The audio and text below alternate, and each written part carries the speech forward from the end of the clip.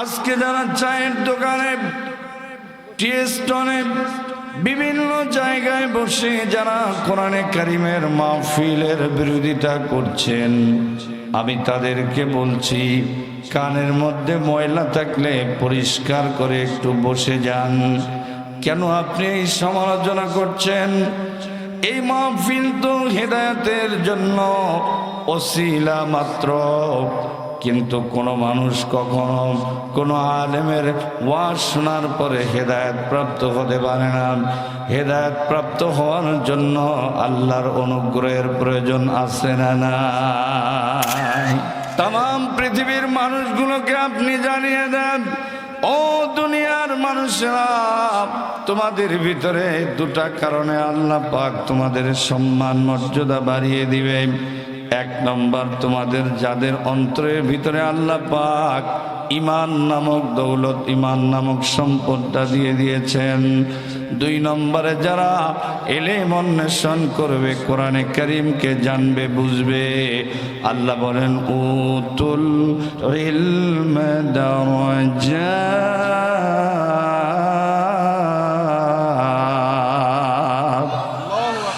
আল্লাহ বলেন, ও দুনিয়ার মানুষেরা যারা ইলম অন্বেষণ করবে, তাদের সম্মান আর মর্যাদা আল্লাহ তাআলা আকাশচুম্বী বানিয়ে দিবেন। সুতরাং যারাই কোরআনের কাছে আসবে, আত্মসমর্পণ করবে, এই মানুষগুলোর ঈমান আর সম্মান মর্যাদা বাড়িয়ে দিবেন। আওয়াজ দিয়ে বলুন, তিনি কে? আল্লামা দেলোয়ার হোসেন সাঈদী রহমতুল্লাহ আলাইহির নাম আমরা জানি কি জানি না? এই আল্লামা দেলোয়ার হোসেন সাঈদীর এত সম্মান, এত মর্যাদা হলো কেন? এই কোরআনকে নিয়ে তিনি গবেষণা করেছেন, কোরআন জানার জন্য চেষ্টা করেছেন, কোরআনের প্রচার প্রসার করার জন্য চেষ্টা করেছেন। এই জন্য তেনার সম্মান আর মর্যাদা আকাশচুম্বী বানিয়ে দিয়েছেন। তিনি কে? আরো জোরে বলুন, তিনি কে? এখনো সেই কোরআন আছে। এই কোরআন দিয়ে যারা জীবন পরিচালনা করবে, এদের সম্মান আর মর্যাদা বাড়িয়ে দিবেন। আওয়াজ দিয়ে বলুন, তিনি কে?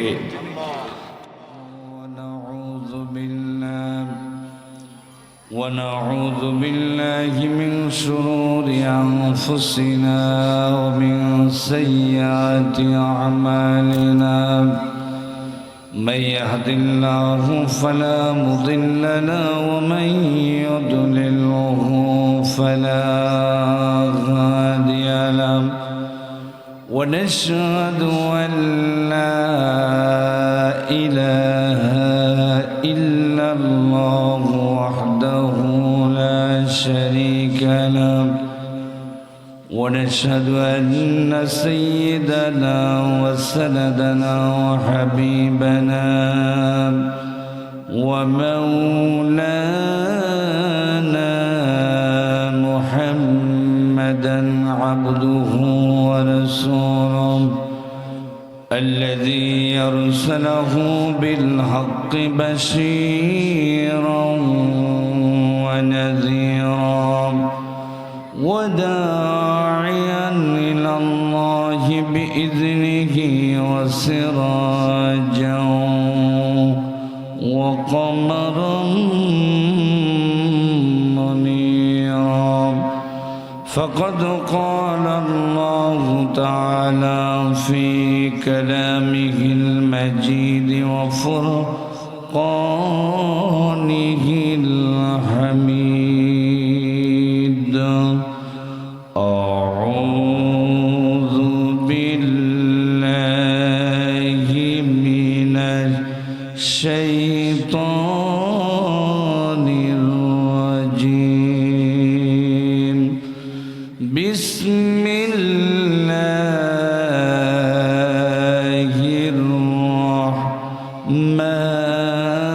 الرحمن الرحيم إن المسلمين والمسلمات والمؤمنين والمؤمنات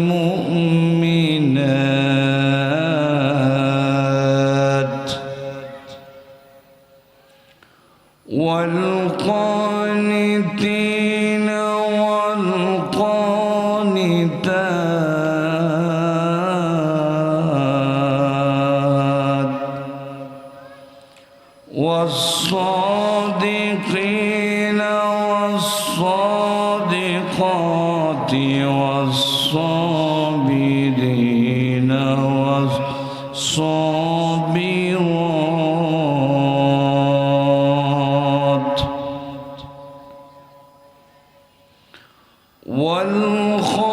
والخاشعين والخاشعات والمتصدقين والمتصدقات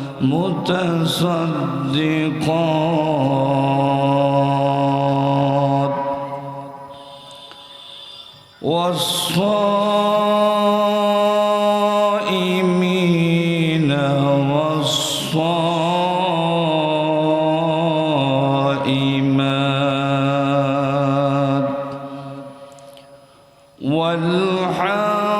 والحافظين فروجهم والحافظات والذاكرين الله كثيرا والذاكرات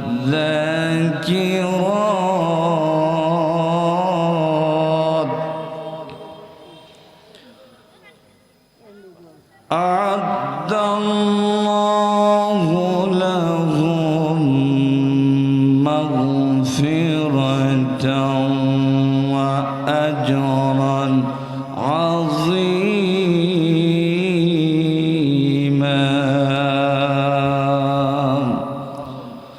صدقت يا رب العالمين. بسم الله الرحمن الرحيم.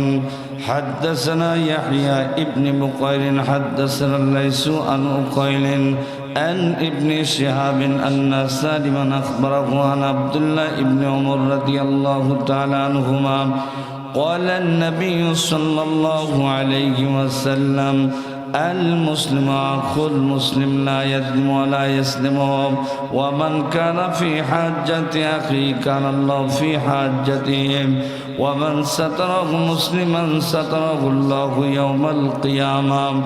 رواه البخاري. মুসলিম মোরা ঘুমিয়ে পড়েছি, ডাকাত ঢুকেছে ঘরে,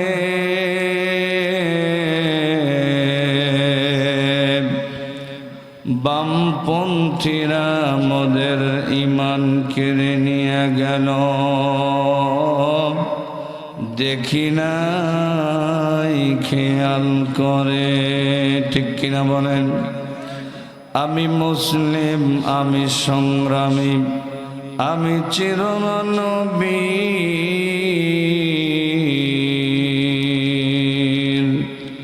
আল্লাহকে সারা কাউকে মানি না।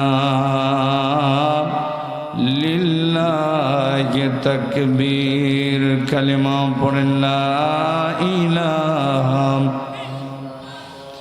সবাই বলেন লা ইলাহা।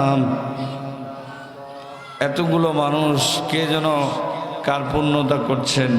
সবাই কালেমায়ে তৈবার সাথে কারো কোনো দুশ্মনী আছে? এই কালিমা পড়লে আর কেউ ধরে নিয়ে যাবে? বিগত ফ্যাসিস্টের আমলে কালিমা পড়লে তাকবীর দিলে সমস্যা ছিল, আওয়াজ দিয়ে কথা বলেন ঠিক কিনা? এখন আর কালিমা আর তাকবীর বললে, তাকবীর দিলে ধরার কোনো সম্ভাবনা, বরং যে ধরতে আসবে সে আর জীবন নিয়ে মায়ের কোলে ফিরতে পারবে না। আওয়াজ দিয়ে কথা বলেন ঠিক কিনা? এজন্যই মাহফিল কবুল হওয়ার শর্তে আমরা সকলে মিলে জবান ছেড়ে আল্লাহ তাআলার শ্রেষ্ঠত্ব আর বরত্বের কালিমা পড়ছি। লা ইলাহা, আরো জোরে লা ইলাহা। ভাইজান বহু দূরে মদিনা, আমরা কেমনে যাব জানি না। দয়া কর দয়াল আল্লাহ, দয়া কর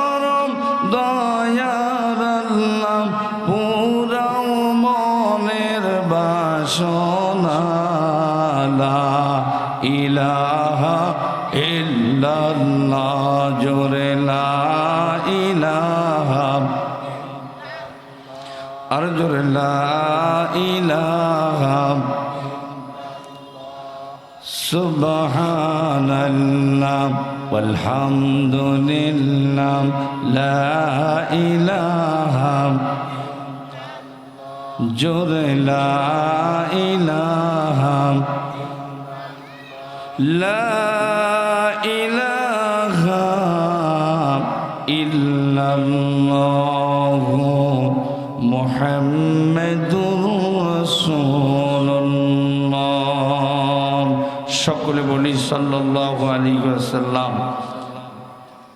রংপুর বিভাগের ঐতিহ্যবাহী জেলা কুড়িগ্রাম জেলার অন্তর্গত কসাকাটা উপজেলাধীন এক ঝাঁক বর্ষিয়ান যুবকদের আয়োজনে বাহের কেদার শেষ মাথা কবরস্থান দারুল আমান নুরানি হাফিজিয়া মাদ্রাসার হাফেজ ছাত্রদের দস্তারে ফজিলত উপলক্ষে দুদিনব্যাপী বার্ষিক এক বিশাল তাফসিরুল কোরআন মাহফিলের আজকে সমাপনী রজনের সম্মানিত সভাপতি, আজকের মাহফিলের সম্মানিত প্রধান অতিথি এবং আজকের মাহফিলের সুপ্রিয় প্রধান আলোচক, প্রখ্যাত ইসলামী সঙ্গীত শিল্পী, ভারত বাংলাদেশের খ্যাতনামা জনপ্রিয় বক্তা, লেখক, গবেষক হাফেজ মৌলানা মুফতি আবুল হাসান দোহারি সাহেব সহ আমার সামনে বর্ষা জান্নাত প্রত্যাশী সুদী মুসলিম মুরব্বিয়ানে জন, পর্দার অভ্যন্তরে অবস্থানরত আমার সম্মানিত মা ও বোনেরা, থাকতে পারেন বাংলাদেশ সরকার নিয়োজিত আইন শৃঙ্খলা রক্ষাকারী বাহিনীর সম্মানিত সদস্য ভাইয়েরা, সাংবাদিক বন্ধুগণ সহ বাংলাদেশের এক সীমান্তবর্তী জেলা এই কুড়িগ্রাম জেলার ভুরুঙ্গামারীর সোনারহাট স্থলবন্দর থেকে একেবারেই কাছাকাছি বলা চলে বাংলাদেশের সীমান্ত ঘেরা এলাকায় আজকে যে এই সুন্দর কোরআনে কারিমের মাহফিলের আয়োজন হয়েছে, আমরা আসতে পেরেছি, বসতে পেরেছি, আমরা খুশি না বেজার? সবাই খুশি তো? কারা কারা খুশি একটু হাত তোলেন দেখি। এক হাত না দুই হাত, বাঁকা না সোজা, একবারে টান টান করে আমরা মাহফিল কবুল হওয়ার নিমিত্তে একটা তাকবীর দিব। লিল্লাহে তাকবীর। এত আসতে বললেন, আল্লাহ ছোট না বড়? আল্লাহ নামের আওয়াজটা ছোট হবে না বড় হবে? আমি আরেকবার সুযোগ দিচ্ছি, লিল্লাহে তাকবীর। মাশাআল্লাহ, হাত নামান, আল্লাহ কবুল করুক, জোরে বলুন আমিন। আজকের এই মাহফিল যেনারা আয়োজন করেছেন, এই আমার মা ডেকোরেটরের প্রোপাইটার জনাব আব্দুল আলিম ভাই সহ তার ডেকোরেটরের সহকর্মীরা এবং এলাকাবাসীর এক ঝাঁক দামাল বর্ষিয়ান টকবগে যুবকেরা এই মাহফিলের আয়োজন করেছে। আপনারা বলেন, এই মাহফিলের আয়োজন দেওয়াতে আপনারা খুশি না বেজার? যারা আয়োজন করেছে তাদের জন্য আমরা দোয়া করছি, তাদের বংশ থেকে যত মানুষ অন্ধকারাচ্ছন্ন পরিবেশে কবর জগতে চলে গেছেন, আল্লাহ পাক যেন আজকের এই কোরআনে কারিমের মাহফিল দেওয়ার ওসিলায় তাদের তামাম জীবনের সমস্ত গুনাহ খাতা মাফ করে দিয়ে কবরগুলোকে জান্নাতের বাগান বানিয়ে দেয়। চিল্লায় বলেন আমিন।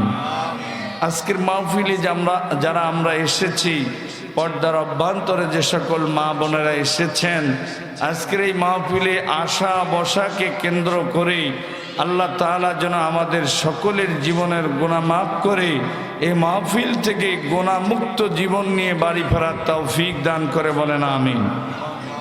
সেই সাথে এই মাহফিলের যারা আয়োজন করেছেন, বিশেষ করে আব্দুল আলিম ভাইয়ের আব্বা ইসলামী আন্দোলনের একনিষ্ঠ কর্মী ছিলেন।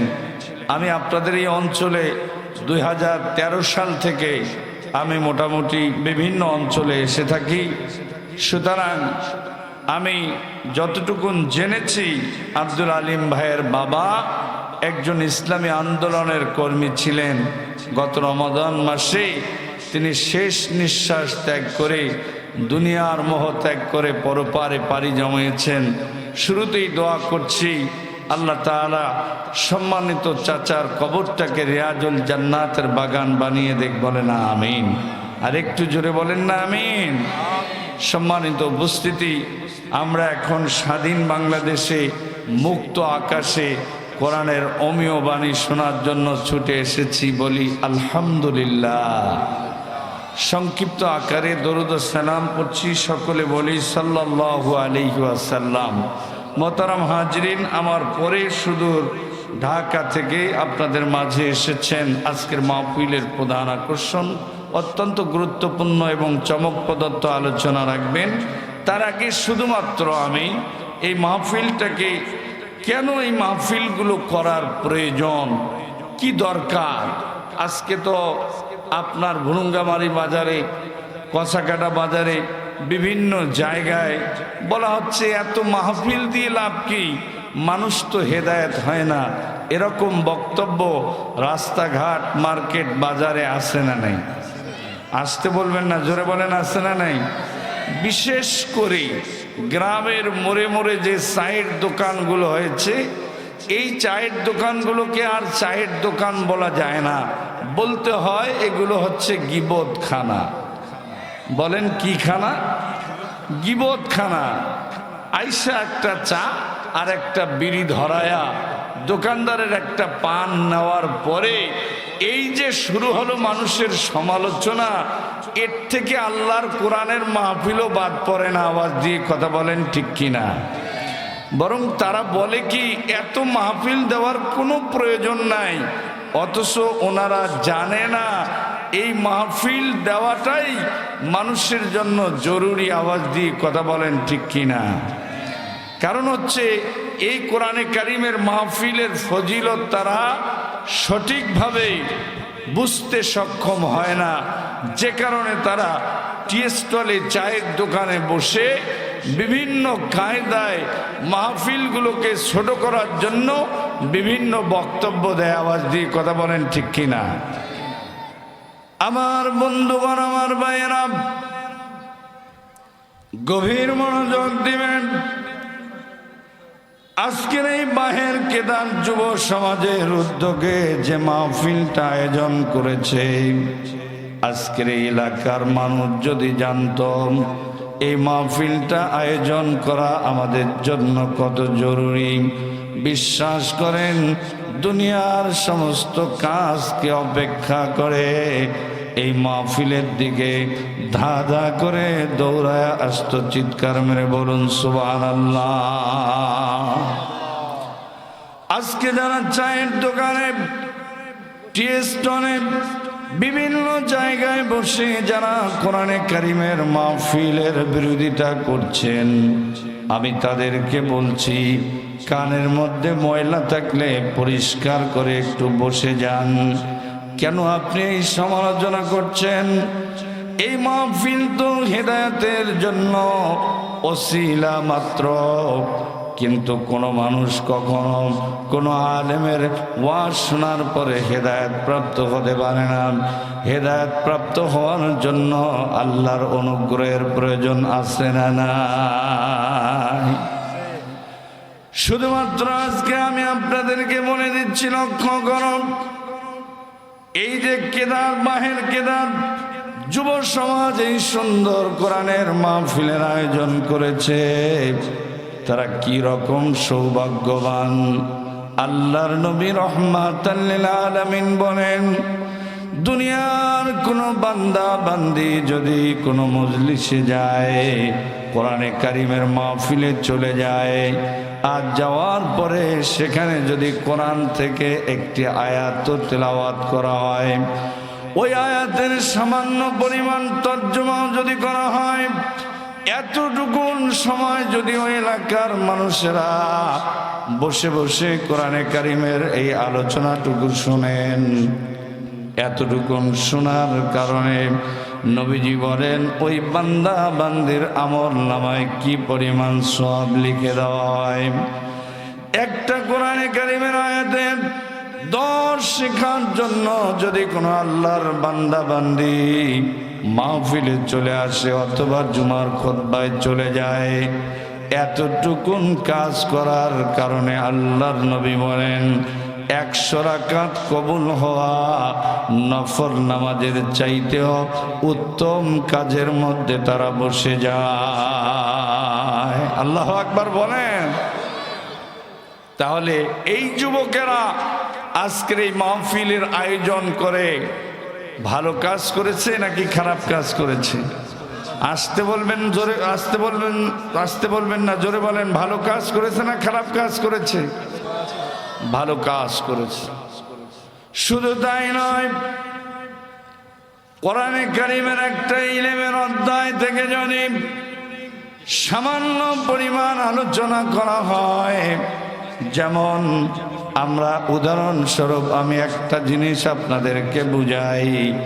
অনেক মানুষ এই দুনিয়াতে আছে মুসলমান হওয়ার পরে, ইমানদার হয়ে যাওয়ার পরে এখন পর্যন্ত কিন্তু তারা গোসলের ফরজটাও জানে না, উজুর ফরজটাও জানে না।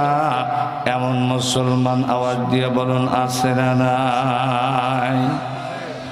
আজকের এই মাহফিল থেকে যদি ফিকহি একটা মাসআলা নিয়ে আলোচনা করা হয়, এতটুকু আলোচনা করার মধ্য দিয়ে যদি কোনো মানুষ সুন্দর করে শ্রবণ করে, আমল করুক আর না করুক, এই যে সুন্দর করে ইলমের একটা বাব নিয়ে আলোচনা হলো, এটা যে শুনলাম, এতটুকুন শোনার কারণে আল্লাহর নবী তার আমল নামায় কি পরিমাণ সওয়াব দিয়ে দেয়, শুনলে আশ্চর্য হয়ে যাবেন। জোরে বলুন সুবহানাল্লাহ। আগে একটা জিনিস আপনাদেরকে আজকে শিখাই, রংপুর থেকে এসেছি, একটা জিনিস আপনাদেরকে শিখাই। অন্তত পক্ষে যারা গোসলের ফরজটা জানেন না, আজকের পর থেকে জানার পরে আমল করবেন, বলেন ইনশাআল্লাহ। আপনাদের কাছে জানতে যাচ্ছি, গোসলে কয়টা ফরজ বলেন? হ্যাঁ, যে কায়দায় আওয়াজ দিচ্ছেন আমার মনে হয় গোসলের আগে গোসলের ফরজ আদায়ই করেন না। আওয়াজ দিয়ে বলেন গোসলে কয় ফরজ? জোরে বলেন কয় ফরজ? আমার এক উস্তাদ ওয়াজ করতে গিয়ে বলছে গোসলে কয় ফরজ। এক লোক দাঁড়িয়ে বলছে হুজুর এটা একটা কোনো কোশ্চেন হলো? গোসলে 3 ফরজ। হুজুর জিজ্ঞাসা করছে তুমি বলো তো কি কি ফরজ? বলে এটা কোনো ব্যাপার হলো? বলে কি কি? কয় লঙ্গি, গামছা, সাবান। নাউজুবিল্লাহ কবেন না, এগুলো গোসলের ফরজ। আওয়াজ দিয়ে বলেন গোসলে কয় ফরজ? 3 ফরজ। 1 নাম্বার গড়গড়াইয়া, বলেন বলেন গড়গড়াইয়া। 2 নম্বর নাকের নরম জায়গা পর্যন্ত পানি। 3 নম্বর সমস্ত শরীর মলিয়া। এই 3টা ফরজ আদায় করে গোসল আদায় করলে সওয়াব আছে না নাই? বলেন আছে না নাই? আল্লাহর নবী বলেন দুনিয়ার কোন বান্দা বান্দি যদি কোন মাহফিলে যাওয়ার পরে, কোন মজলিসে বসার পরে এই গোসলের 3টা ফরজ নিয়েও যদি আলোচনা করে, ইলমের একটা বাব নিয়ে আলোচনা করলো, একটা অধ্যায় নিয়ে আলোচনা করলো, আমল করুক আর না করুক, এতটুকুন বিষয় যে এই জায়গায় এসে আলোচনা শুনলো, এতটুকুন শোনার কারণে আল্লাহর নবী রাহমাতাল লিল আলামিন বলেন ওই বান্দা বান্দির আমল নামায় 1000 রাকাত কবুল হওয়া নফল নামাজের চাইতেও উত্তম সওয়াব লিখে দেওয়া হয়। সুবহানাল্লাহ বলবেন না? তাহলে এই যে মাহফিলটা এত দামি মাহফিল, এটা যারা বন্ধ করার ষড়যন্ত্র করে, অ্যাঙ্গেলে সিগন্যাল মারে, বুঝতে হবে ওর অন্তরে টাটকা শয়তান ভর করেছে। আওয়াজ দিয়ে কথা বলেন ঠিক কিনা? আমরা দেখেছি বিগত ফ্যাসিস্ট সরকারের আমলে অন্য কোন জায়গায় তারা বাধা দেয় নাই, নাটকে বাধা দেয় নাই, সিনেমায় বাধা দেয় নাই, যাত্রায় বাধা দেয় নাই, শুধু কোরআনের মাহফিলে 140 জারি করে বন্ধ করে দিয়েছে। আওয়াজ দিয়ে কথা বলুন ঠিক কিনা? এক অপরাধের কারণে আজকে তারা জনবিচ্ছিন্ন হয়ে সাধারণ মানুষের কাতারে দিন কাটাচ্ছে। আওয়াজ দিয়ে কথা বলুন ঠিক কিনা? আমি বিগত 22 সাল 21 সাল বলেছিলাম, তোমরা কোরআনের বিরুদ্ধে আঙ্গুল দিয়েছো। টুডে আর টুমরো তোমাদের এমন সময় আসতেছে, তোমাদের গদি থাকবে না, তোমাদের সিংহাসন থাকবে না, তোমরা সাধারণ মানুষের কাতারে থাকবে। আওয়াজ দিয়ে কথা বলেন ঠিক কিনা? আজ তা হয়েছে কি হয় নাই? কথা বলেন, হয়েছে কি হয় নাই? বরং আল্লাহ রাব্বুল আলামিন বলেন, নবীজি আমি কোরআন দিলাম জাতির ভাগ্যকে নষ্ট করার জন্য নয়, বরং জাতিগোষ্ঠীর ভাগ্যকে সুপ্রচণ্ড বানানোর জন্যই কোরআন দিয়ে দিলাম। কোরআন সে ব্যাপারে রেকর্ড করেছে। আল্লাহ রাব্বুল আলামিন বলেন, তাহা মা আনজালনা আলাইকাল কুরআনা লিতাশকা। বলেন না আল্লাহু আকবার। আল্লাহ রাব্বুল আলামিন বলেন, নবীজি কোরআন দিলাম আমি জাতির ভাগ্যকে নষ্ট করার জন্য নয়, বরং জাতিগোষ্ঠীর ভাগ্যকে সুপ্রসন্ন বানানোর জন্যই আমি কোরআন দিয়ে দিলাম। সুতরাং যারাই কোরআনের কাছে আসবে, আত্মসমর্পণ করবে, তাদের সম্মান আর মর্যাদা বাড়িয়ে দিবেন। আওয়াজ দিয়ে বলুন কে? এটা কি আমি হুসাইন আহমেদ মাদানির কথা? আল্লাহ রাব্বুল আলামিন কোরআনে কারিমে সব কথাগুলো সাফ সাফ করে জানিয়ে দিলেন। বাসায় গিয়ে আপনি সূরা মুজাদালার 11 নম্বর আয়াতের শেষ অংশ দেখবেন, যেই জায়গায় আল্লাহ আপনার আমার সম্মান মর্যাদার কথা বলে দিয়েছেন। কোরআন বলছে, ইয়ারফাইল্লাহুল্লাযীনা আমানু মিনকুম ওয়াল্লাযীনা উতুল ইলমা দারাজাত। আরেকবার বলেন না আল্লাহু আকবার। আল্লাহ রাব্বুল আলামিন বললেন, নবীজি तमाम পৃথিবীর মানুষগুলোকে আপনি জানিয়ে দেন, ও দুনিয়ার মানুষরা, তোমাদের ভিতরে দুটা কারণে আল্লাহ পাক তোমাদের সম্মান মর্যাদা বাড়িয়ে দিবে।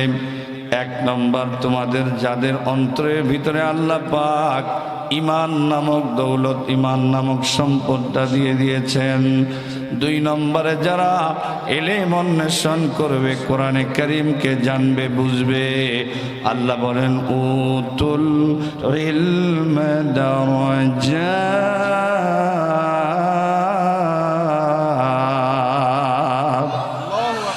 আল্লাহ বলেন, ও দুনিয়ার মানুষেরা যারা ইলম অন্বেষণ করবে, তাদের সম্মান আর মর্যাদা আল্লাহ তাআলা আকাশচুম্বী বানিয়ে দিবেন।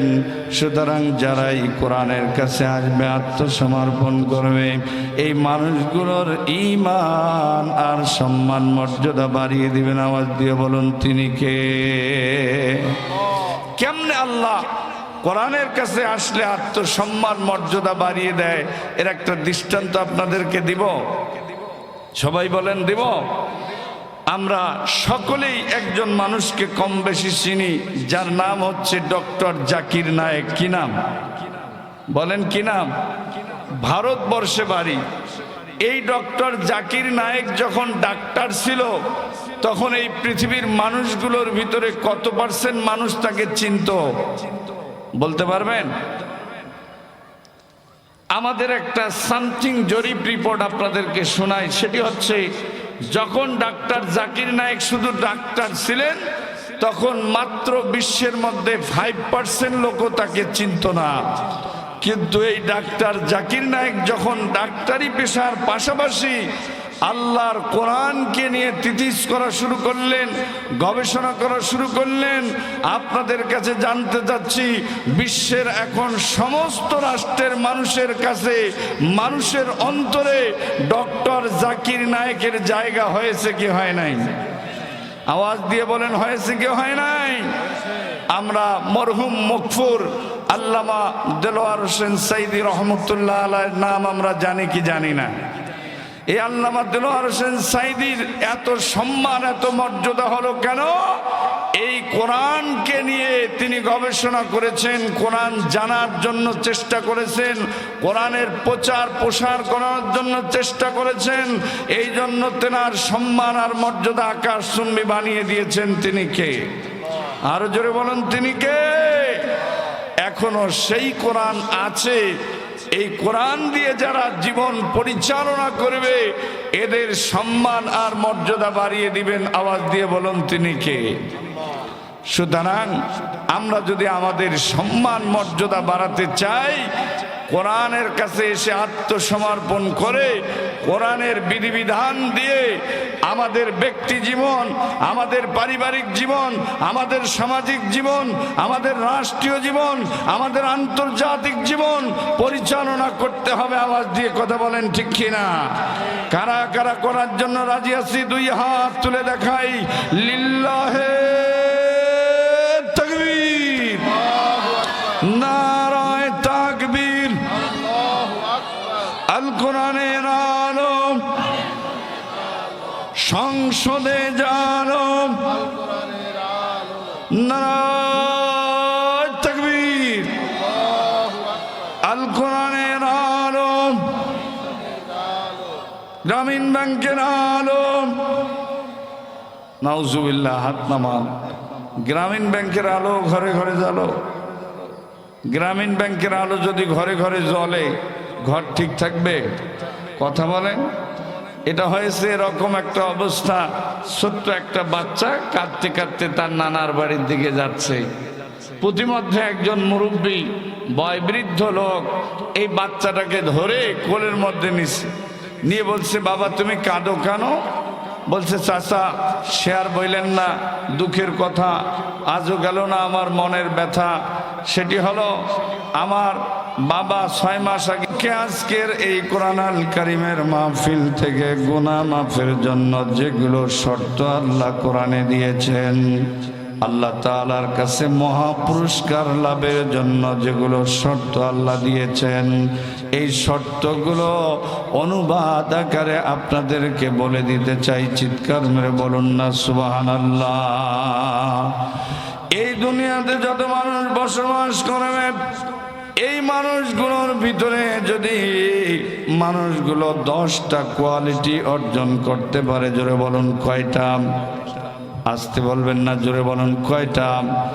10টা কোয়ালিটি, 10টা গুণ যদি তারা অর্জন করতে পারে, আল্লাহ পাকের ওয়াদা হচ্ছে তাদের জীবনের সমস্ত গুনাহগুলো মাফ করে দিবে এবং তাদের জন্য আল্লাহ তাআলা মহা পুরস্কারের ব্যবস্থা করে রেখে দিয়েছে। জোরে বলুন সুবহানাল্লাহ। আসুন আমরা সেই কথাগুলো কোরআনে কারীম থেকে একটা একটা করে পয়েন্ট আকারে শুনে যাই।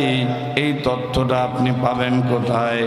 বাসায় গিয়ে কোরআনে কারীমের 33 নম্বর সূরা সূরা আহজাব 22 নম্বর পারা 1 নম্বর পৃষ্ঠা 10 নম্বর লাইনের 35 নম্বর আয়াতটা বাসায় গিয়ে আপনি খুলে ধরবেন আর একটা একটা করে শর্তগুলো পেয়ে যাবেন।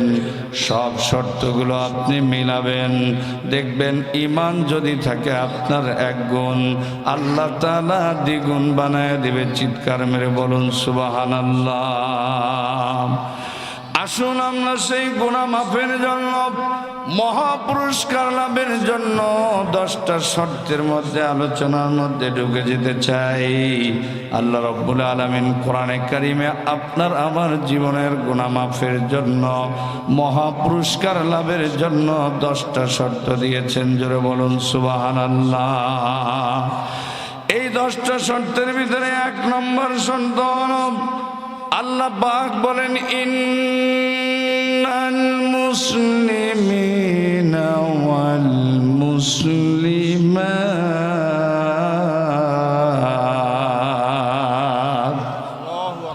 আল্লাহু আকবার জোরে বললে কষ্ট হবে?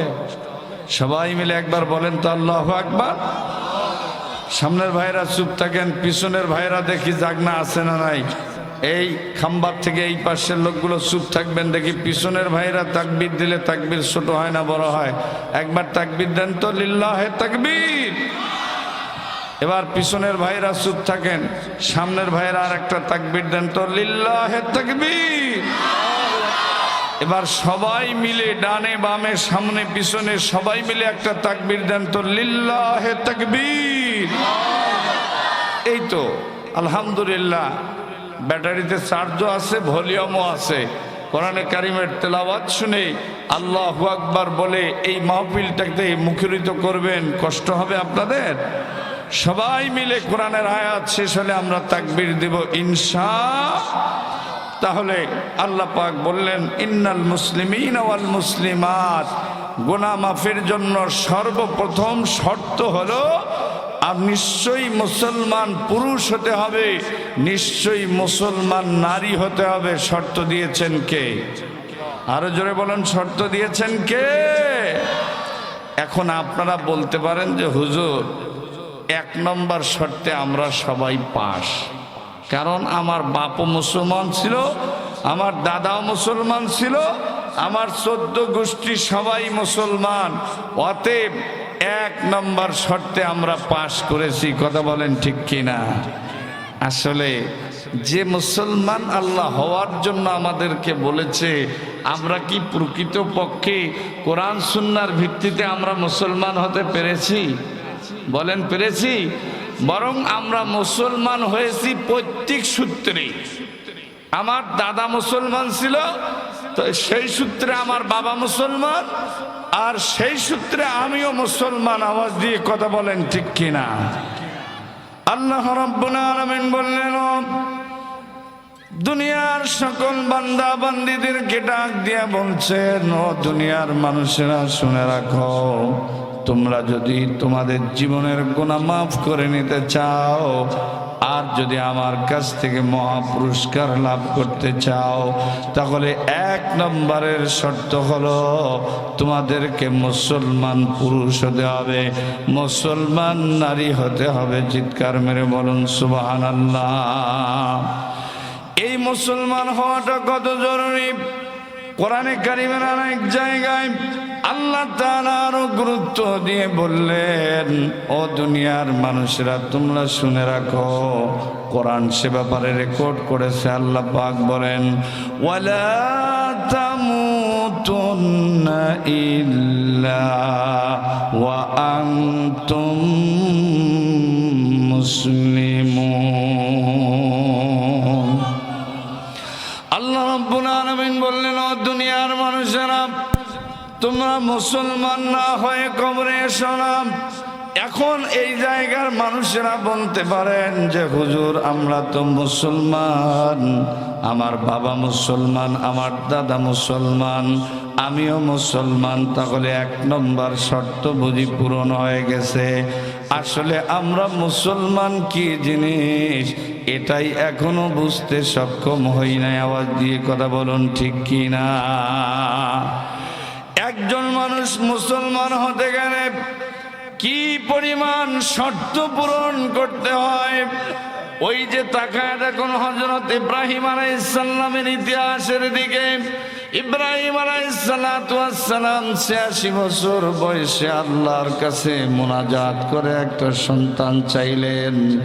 আল্লাহ পাক মুনাজাতটা কবুল করে নিয়া সুন্দর একটা নেককার সন্তান দান করে দিলেন। কোরআন সে ব্যাপারে রেকর্ড করেছে। কোরআন বলছে, রব্বি হাবলি মিনাস সালিহিন ফাবাশশারনাহু বিগুলামিন হালিম। আরো জোরে বলেন না আল্লাহু আকবার। আল্লাহ পাক জানিয়ে দিলেন ইব্রাহিম আলাইহিস সালামকে তার মুনাজাত অনুযায়ী সুন্দরভাবে অতীব ধৈর্যশীল একটা সন্তানের পুরুষ অনুগতশীলা নারী হতে হবে। আমরা কি সবাই অনুগতশীল পুরুষ?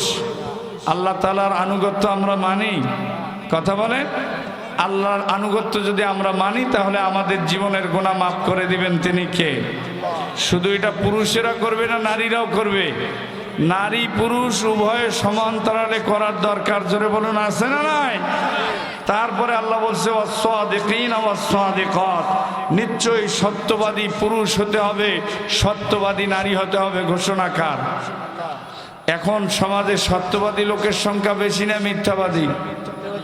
কথা বলেন না কেন? সবচাইতে বেশি মিথ্যা কথা বলা হয় রাজনৈতিক অঙ্গনের বক্তব্যে আওয়াজ দিয়ে। কথা বলুন ঠিক কিনা? নেতাদেরকে যদি দাওয়াত দেন দেখবেন কমপ্লিটলি বক্তব্য তাদের সাজানো। দেখুন আপনারা এই বাহের কেদার, হ্যাঁ বাহের কেদার শেষ মাথা কবরস্থান দারুল আমান নুরানি হাফিজিয়া মাদ্রাসা কর্তৃক এই মাহফিলের আয়োজন করেছেন।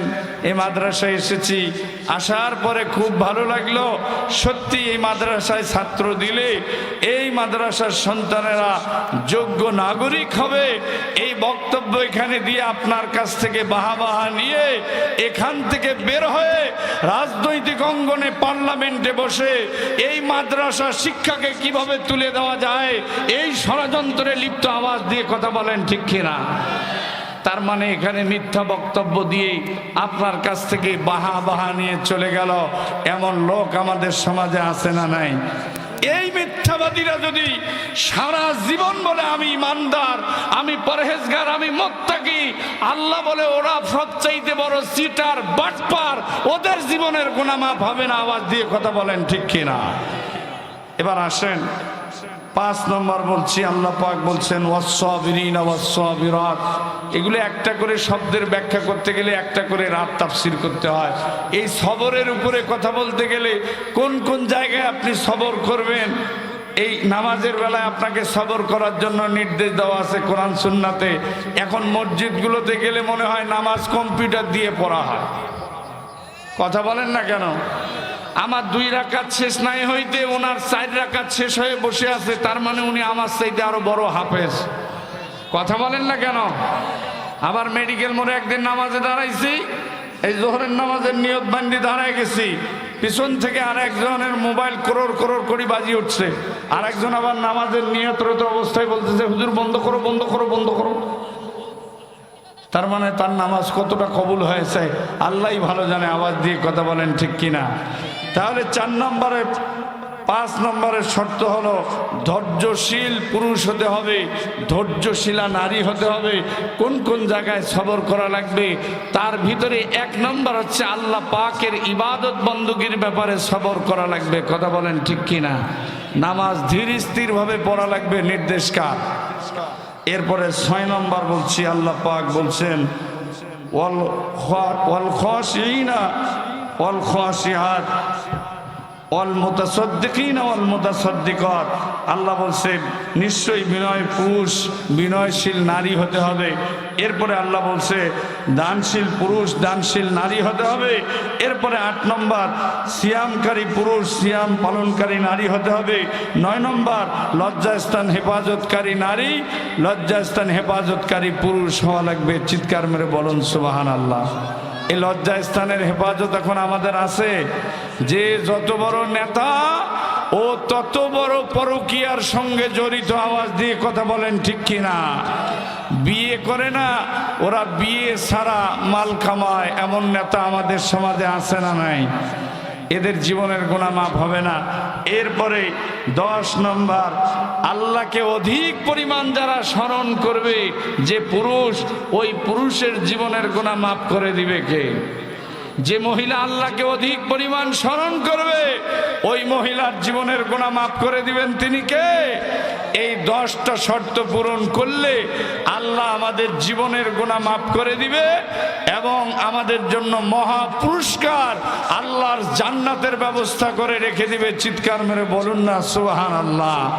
আল্লাহ তাআলা আমাদের সবাইকে জীবনের গুনাহ মাফের জন্য এই 10টা শর্ত পূরণ করবার তৌফিক দান করুক। বলে না আমিন? আরেকটু জোরে বলে না আমিন? আপনাদের এই অঞ্চলে আগামী 13 তারিখ আমি এই আশপাশে সোনারহাটের পাশে আসব। সেদিন আপনারা পঙ্গপালের মতো ছুটে আসবেন। ওই দিন আরেকটা টপিক্সের উপরে নতুন করে আমরা কথা শুনবো ইনশাআল্লাহ। আল্লাহ তাআলা আমাদের সবাইকে ওই মাহফিলে আসার এবং আমার এই কথাগুলোর উপরে আমাকে আমল করার, আপনাদের সবাইকে আমল করার তৌফিক দান করুক, বলেন আমিন। আজকের এই মাহফিল যেনারা আয়োজন করেছেন, আমার পরম শ্রদ্ধেয় ব্যক্তি জনাব এই যে মা ডেকোরেটরের মালিক জনাব আব্দুল আলিম ভাই এবং তার কর্মচারীবৃন্দ এবং এলাকাবাসী যারা হার্ড অ্যান্ড সোল পরিশ্রম করে এই সুন্দর জান্নাতের বাগানটা সাজিয়েছেন, আমরা তাদের সবার জন্য দোয়া করি আল্লাহ তাআলা তাদের রিজেকে, আমলে, আখলাকে, চরিত্রে সব জায়গায় বরকত ঢেলে দেখ। চিল্লায় বলেন না আমিন। আলিম ভাইয়ের ব্যবসা বাণিজ্যে আল্লাহ বরকত ঢেলায় দেখছে, সকলে বলি আল্লাহুম্মা আমিন। ওয়া আখিরি দাওয়ানা আনিল হামদুলিল্লাহি রাব্বিল আলামিন। শেষে ছোট্ট একটা কথা বলেই আমি শেষ করছি। আপনারা যারা আমার এই আলোচনাগুলো নিয়মিত বিষয়ভিত্তিক জুমার বয়ান এবং বিষয়ভিত্তিক একটা আয়াতের উপরে আলোচনা যারা শুনতে চান, যুবক ভাই যারা আছো, তারা মাওলানা হুসাইন আহমদ মাদানী লেখে ফেসবুকে সার্চ দিলে আমার পেজ পেয়ে যাবা।